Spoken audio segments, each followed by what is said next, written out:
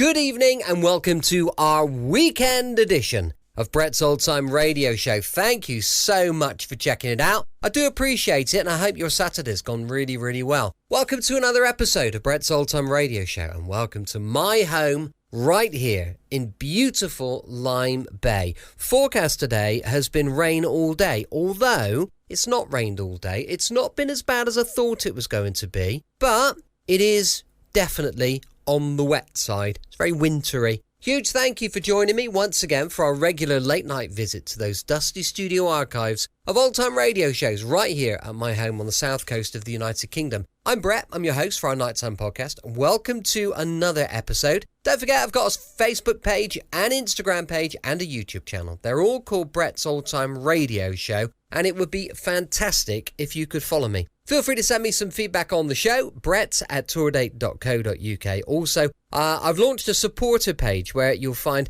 all sorts of extra content. I'm going to be loading lots more up over the next week, and I'll tell you about that after today's episode. Right, it's time for our Saturday night edition of yours truly, Johnny Dollar. This was first broadcast in 1949 on February the 25th, and it's called The Slow Boat from China.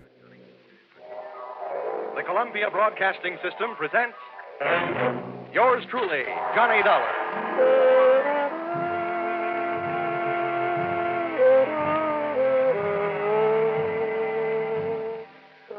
The next half hour has its baggage packed to take a trip with America's fabulous freelance insurance investigator, Johnny Dollar. At insurance investigation, he is just an expert. At making out his expense account, he is an absolute genius.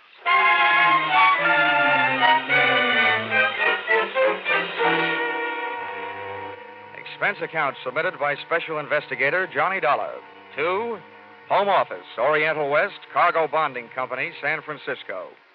The following is an accounting of my expenditures during my investigation of delayed cargo aboard the SS Shanghai Wayfarer, or the case of the slow boat from China.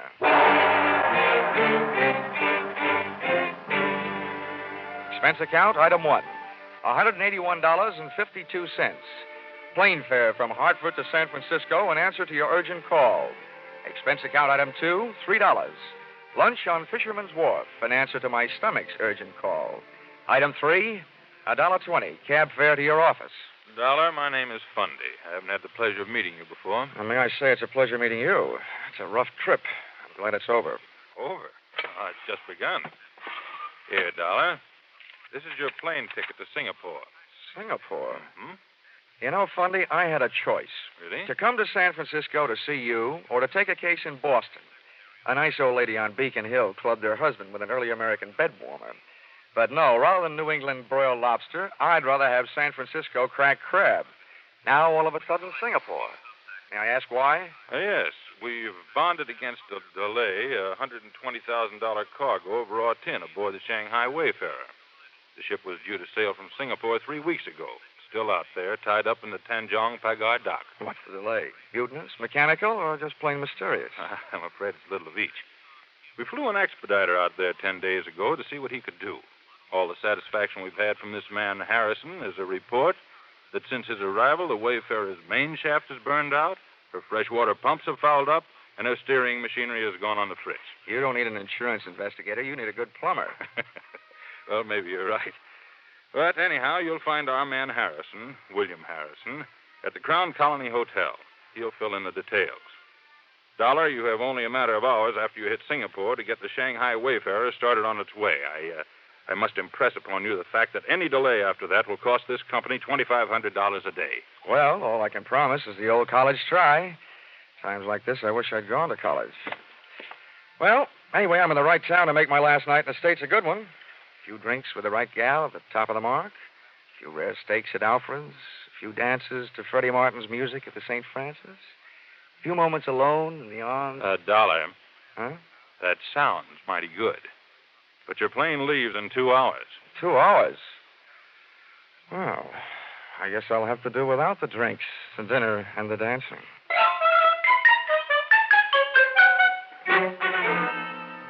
Expense account, item 4, $120. Lost in the course of teaching fellow passenger how to play poker. My mother warned me never to play cards with strangers on trains or steamships. I wish she'd included airplanes.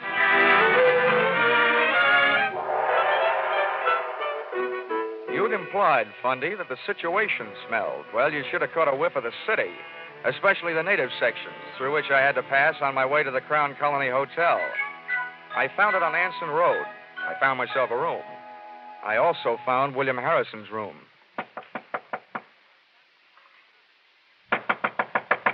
Harrison? Hey, Harrison.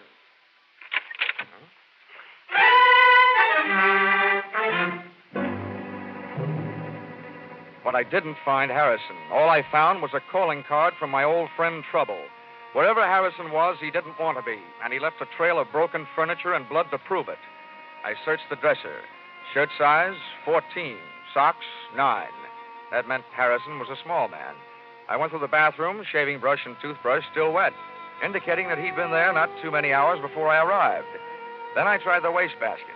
In addition to one large glob of used chewing gum, an empty cigarette package, and some old Kleenex, I found a swizzle stick with a name on it. The Collier Key Bar. Well, all that meant was that Harrison had a head cold and had been trying to cure it with Singapore slings. But at least I knew where he'd been drinking them.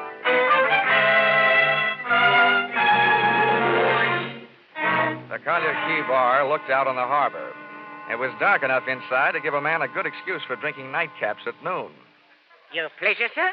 Say, how are you on mixed drinks? Mixed drinks. Governor, if I don't know how to make 'em, I look 'em up in the book. If they ain't in the book, I fake 'em. Now, what'll it be? Straight bourbon. Right, yours, sir. Oh, hey, bartender. Yes, sir. Are you by any chance acquainted with an American named Harrison? Edison, sir? Yeah. He arrived in Singapore about 10 days ago. Small man with a cold in his head. Oh, Harrison. Sure, I know him right enough. He's been coming in every night with a chief engineer from one of the ships in port. Oh, yeah? What ship is that? Well, the Shanghai Wayfarer, I think. Oh, the Shanghai Wayfarer. What's this engineer's name? Yeah, now, hold on. I ain't getting him into any trouble, am I? He's a nice chap, he is. A handsome tipper. This handsome? My governor, $20 American. Why, compared to you, sir, Mr. Frank Moore is downright tight-fisted. Well, now, about that, I've done it. I let Mr. Frank Moore's name slip right out. My missus is right. For a little man, I've got a ruddy large mouth.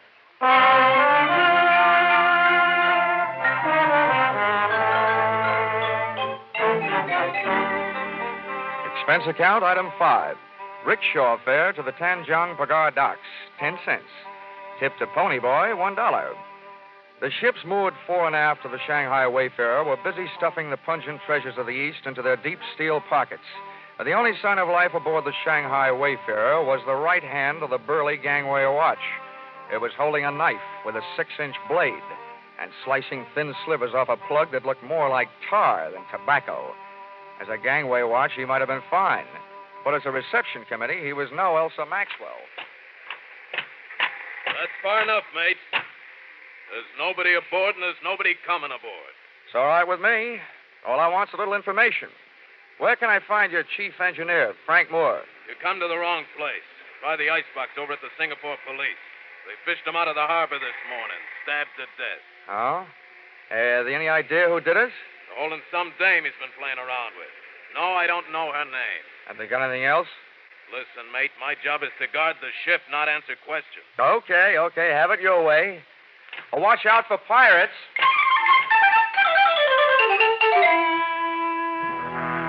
The British chief inspector, Singapore police, gave me everything except an invitation to tea. But unfortunately, he'd never even heard of Harrison. He took me into the morgue, and a look at Frank Moore's body told me nothing I didn't already know. He'd been stabbed, all right, and whoever had killed him had sunk him with a hole in one. As for his personal effects, his Maritime Union card confirmed the fact that he was indeed the chief engineer of the Shanghai Wayfarer. A stack of crisp American $20 bills in his wallet made me wonder whether he hadn't been picking up a little extra pin money for delaying the departure of his ship. And finally, a photograph that made me admire the late Mr. Moore's taste in women. Whoever it was that said, "Never the twain shall meet," should have met her. She was half caste and all woman. Her picture was inscribed to Frank Moore. Yours forever, Chandra. From the inspector, I learned two more things. One, the fact that the police had already questioned and released her. And two, her business address, the Wardlow Bar on Malay Street.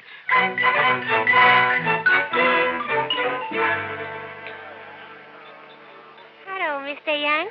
You like a midnight sing-song girl? No, the only girl I want to hear sing songs is Dinah Shore. Go on, beat it, will you?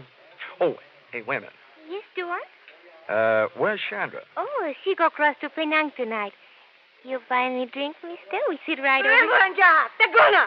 Get it! Oh, Zamonda, hello. I pushed you away home to Shanghai one night in your own coffin. Complete with stab wounds, no doubt. Why you say that? Why you ask for Chandra? I'm a stranger in town. I can't find the local chapter of the Lonely Hearts Club. So, shall we find a quiet table?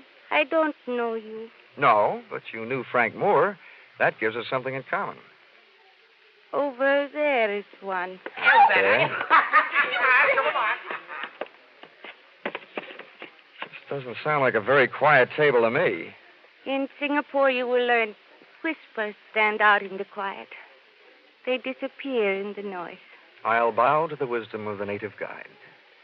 But who said I had any secrets?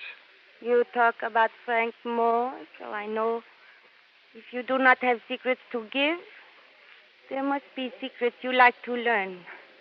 But I tell the police everything I know, which is nothing. Oh. No, you are disappointed in me? No, not at all. You make good scenery. And I'll bet there's quite a story that goes with you. Oh, you find me interesting. I'm a man. Why do you come to me? Well, there were two places I could go for what I'm after. And you're much prettier than the SS Shanghai Wayfarer. I'm looking for a lead on a man named Harrison. Your murdered friend Frank Moore knew him, so figures you know him. You are wrong. I do not know him.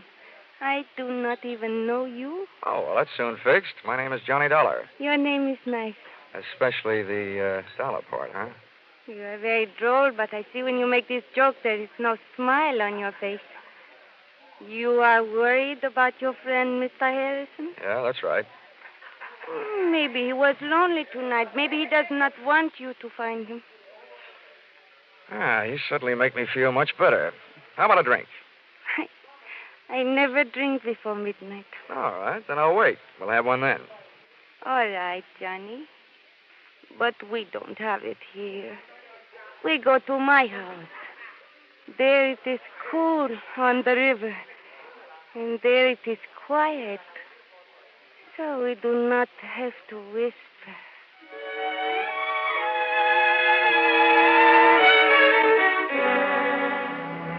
Midnight must have been invented for Singapore.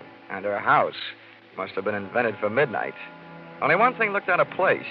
Up on the wall was a souvenir of Chandra's war effort. A real American baseball bat. A Louisville Slugger. And on it was written, "Remember the U.S. Marines." Everything else in the place was soft.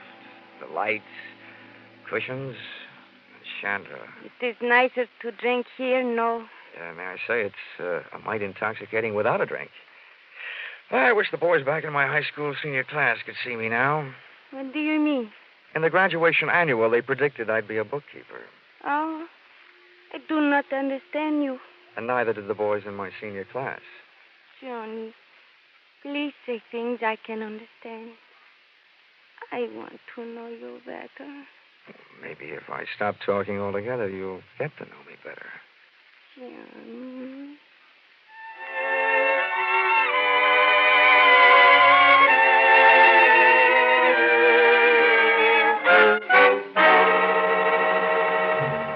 So I stopped talking, but I didn't stop thinking. When I'd mentioned Harrison to Chandra earlier, she said maybe he was lonely tonight.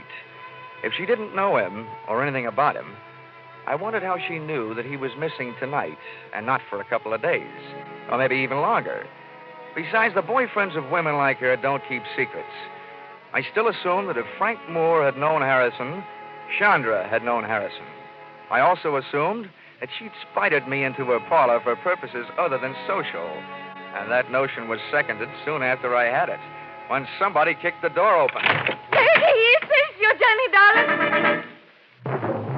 The two boys in the door were not from Western Union. And ugly as they were, Chandra left my side to join them, which made me think that maybe my senior class had been right. Looking at that trio's 6 eyes and 2 guns glaring at me, I wished I was a bookkeeper.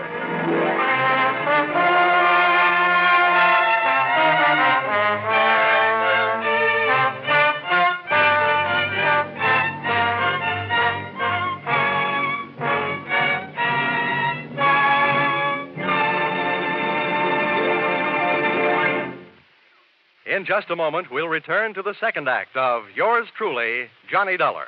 But first, here it is almost the end of February. All over the country, people are thinking about their new cars. All but one man. And he remains quite content with his old automobile and wearing apparel. An ancient Maxwell and a well-worn toupee. For these reasons, and for several others, named Mary, Dennis, Don, Phil, and Rochester, he now has the #1 comedy show in America. All over the country, people think about him, too, every Sunday night. Hear the Jack Benny Show with Claude Rains as Jack's special guest next Sunday on all these same CBS network stations. And now, back to Yours Truly, Johnny Dollar.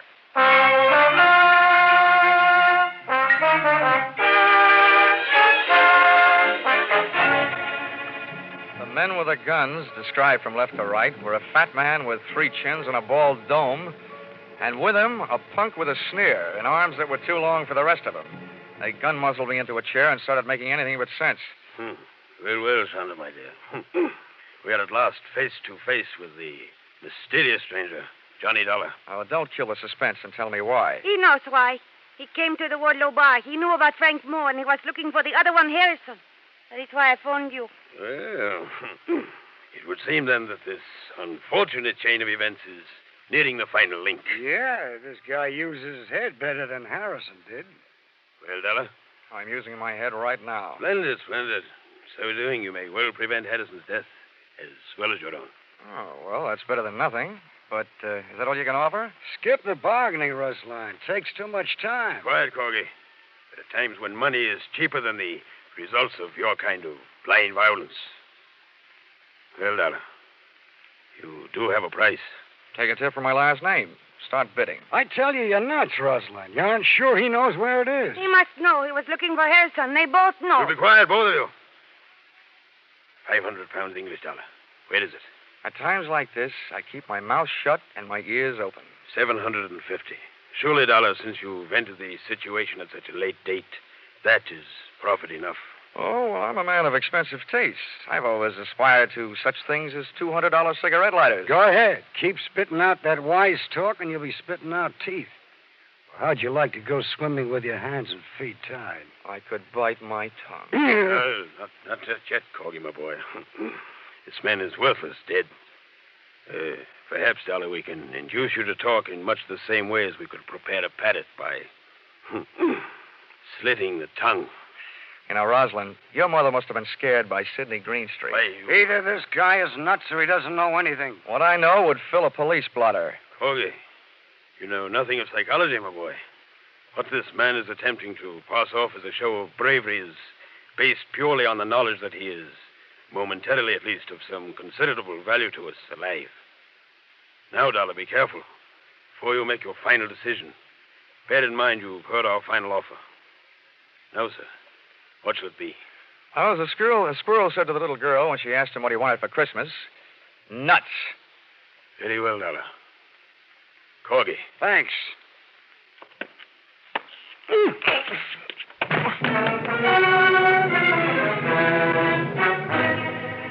I finally came to in the dark, trussed up like a turkey, and lay there trying to figure it out. Obviously, the 2 rude dudes thought I knew something I didn't know. But what I did know was that finding Harrison had turned into a big, fat headache. Also, that I had accomplished exactly nothing toward speeding the SS Shanghai Wayfarer over the bounding Maine.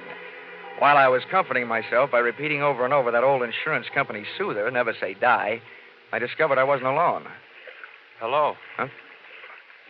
Who are you? Well, you were here first. You tell me. Well, my name is Harrison. Harrison? Yes, who are you? I'm Johnny Dollar. I was sent out here by the Oriental West Cargo Bonding Company. Oriental West? Yes, I was supposed to do what you couldn't get done. And look at me now. Getting hit over the head and dumped in here must be par for the course. How long you been here, and why? Well, I've been driving myself crazy trying to figure that out. Well, this little guest house, wherever we are, must only have one set of proprietors. I can tell you who they are, at least by the names they're using tonight. Rosalind and Corgi. They offer me 750 English pounds to tell them where something called It was. What is It? Well, it's a package. What's in it, I don't know. It belonged to the chief engineer of the Shanghai Wayfarer, Frank Moore. He was helping me try to get the ship on its way, and I owed him a favor. He asked me to drop this package at a bar. The Wardlow bar, yeah, go ahead. That's right. I was supposed to give it to a girl named Chandra. She wasn't there, so I got her address and went out to her place. You mean that package is at Chandra's house? Yes. When I got out there, the Chinese maid let me in. I waited as long as I could, and then rather than leave what might be a valuable package just lying around loose, I put it into the bottom drawer of a dresser and left. Oh, great. For such things, I go around laying down my life. Well, it's obvious that these men will stop at nothing to get their hands on that package. Well, when they asked you where it was, why didn't you tell them? Then neither one of us would be here. What's more, I'm beginning to think the sooner they get the package, the sooner our ship sails. Frank Moore had been a good friend to me. He wanted Chandra to have it, and I couldn't just turn it over to those two. Well, I've got some news for you. And this should make you really unhappy. Those two happen to be in business with Chandra. Huh? They're all on the same team. She's one of them. What an idiot I've been. Well, here we are, all roped up. You know, for a pair of guys who came out here to speed a shipload of raw tin on its way, we're doing just dandy. We're lucky if we get out of this thing alive. Offhand, I'd say our host probably murdered Frank Moore trying to get that package. Maybe we're next. Uh-oh. Maybe right now. A beam from a powerful flashlight stabbed us in the eyes. The sudden change from too much dark to too much light kept us blinded. Well, look who's here. At least the voice behind the glare wasn't Rosalind's and it wasn't Corgi's. But it was a familiar voice, one I'd heard and heard lately. He walked in on us, the flash in one hand, and in the other, a knife with a 6-inch blade. At first, I wondered whether it was the one that had been buried in Frank Moore's back. And then I remembered where I'd seen it before. The man bending over us was the burly gangway watch from the Shanghai Wayfarer. And you told me to watch out for pirates. Well, this situation is getting a little overcrowded. I didn't think there was room for any more. What do you want? You know what I want, Dollar. The same thing Rosalind and Corgi are ripping your hotel room apart for right now. Now, don't tell me you're looking for it, too. 2 things I know about that package, mister. The name is Rourke. Okay, Rourke. One thing I know is that it's dangerous company. The other is I want no part of it. The only thing I'm interested in is getting the Shanghai Wayfarer out of port. That won't be hard once I get that package. Where is it, Dollar? I'll trade the answer to that question for a little freedom. Okay. Hold still. Thanks. Harrison's next. I want him with us in case he's lying. All right. Okay, Harrison, roll over. Hey, you! When Rourke bent over Harrison, I drop-kicked the flashlight out of his hand, ran across the darkened room, through the open door, and kept on running. Sometimes the long way around is the shortest way home, so I headed for Chandra's house. I not only had some getting even to do, but I had some curiosity to satisfy. Somehow the Shanghai Wayfarer's failure to sail on schedule was tied up with a mysterious package. But how? Why? I decided I'd earned the right to see what was in that package.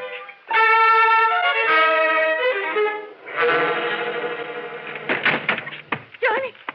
I didn't want you to be lonely. I heard your playmates are over making themselves at home in my room, so I thought you and I could have a little chat. Maybe I've got a surprise for you. What, Johnny? I think I know where that package is. Johnny. You get that package. We both don't worry for the rest of our lives.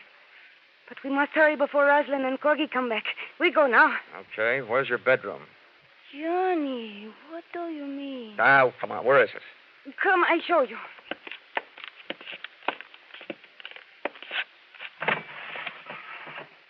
No, it cannot be. It is not the one, no. It's been here all the time. And now while I open this thing, you can go and have yourself a nervous breakdown. Say, this is more fun than unwrapping Christmas presents. And now to take off the cover. Wow. Now I know how the winner feels on Hit the Jackpot. The Package was paper all the way through, brown wrapping on the outside and green spending on the inside. Big bundles of fresh, clean American 20s. Thousands of the same kind of bills that the Singapore police had found in the late Frank Moore's wallet. It would have taken half a day to count it, and I'd wasted too much time already. They'll be no good to you without me, Johnny. You have to know how to get rid of them. Oh, counterfeit, huh? Yes. They are made in China. Frank Moore brought them from Shanghai to Roslyn to take to the States, but Roslyn was not here in Singapore. He was late, so Frank had to make some accident happen to his ship to keep it from sailing. But then he changed his mind. He decided he would give the money himself, but Roslyn caught up with him. Oh, I see. He was sending them to you by way of Harrison, just before he was knifed by Roslyn, huh? Who talked him into that? You, by any chance? You and I could be very rich, Johnny. You never give up, do you? There's $500,000 there. Mm-hmm. Yeah, it should buy about 50 years in jail. I'm taking this down to customs and you with it. No, I do not think you do. Uh-huh. Time to play another visiting team. Come on, beautiful. I don't want you in the way. Let go of me.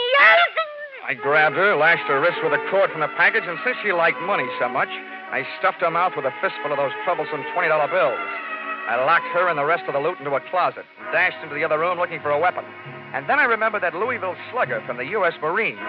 I was glad they'd landed. I grabbed it off the wall, got a toehold in the carpet on the left side of that door, wrapped my fingers around the bat, swung it on the back of my shoulder, and waited.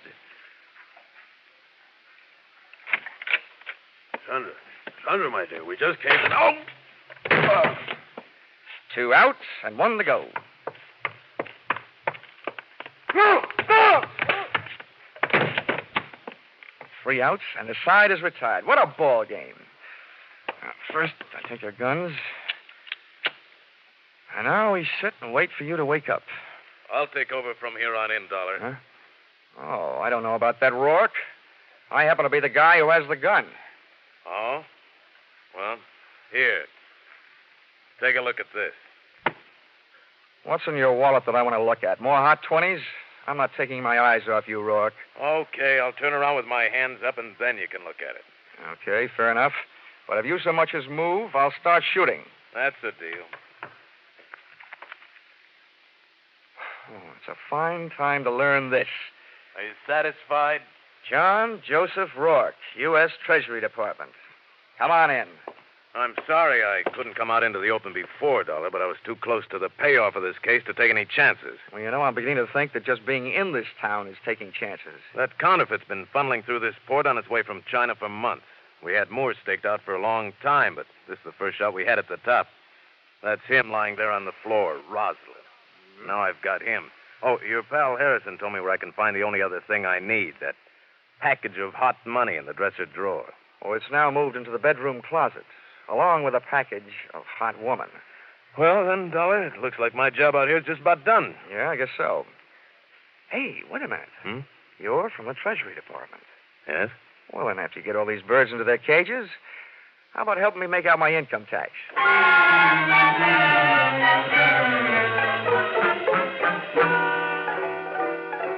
Expense account, item 6. Hotel bill, 1 night in Singapore, $5. Item 7, 1 new outfit, replacing mine, which was ruined in course of taking midnight dip in Singapore River, $200. Item 8, $20.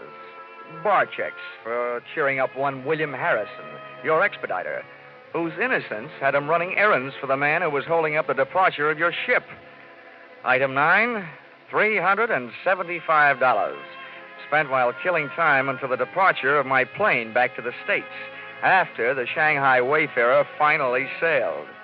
You see, this time, I had 4 hours on my hands instead of the 2 you allowed me in San Francisco.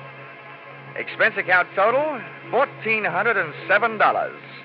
Signed, yours, truly, Johnny Dollar.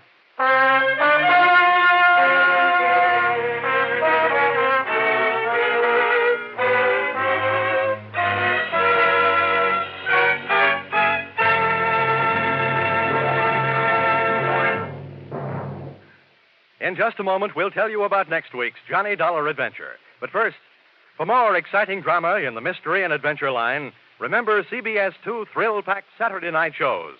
The Adventures of Philip Marlowe and Gangbusters. Be sure to hear Philip Marlowe and Gangbusters tomorrow night on most of these same CBS network stations.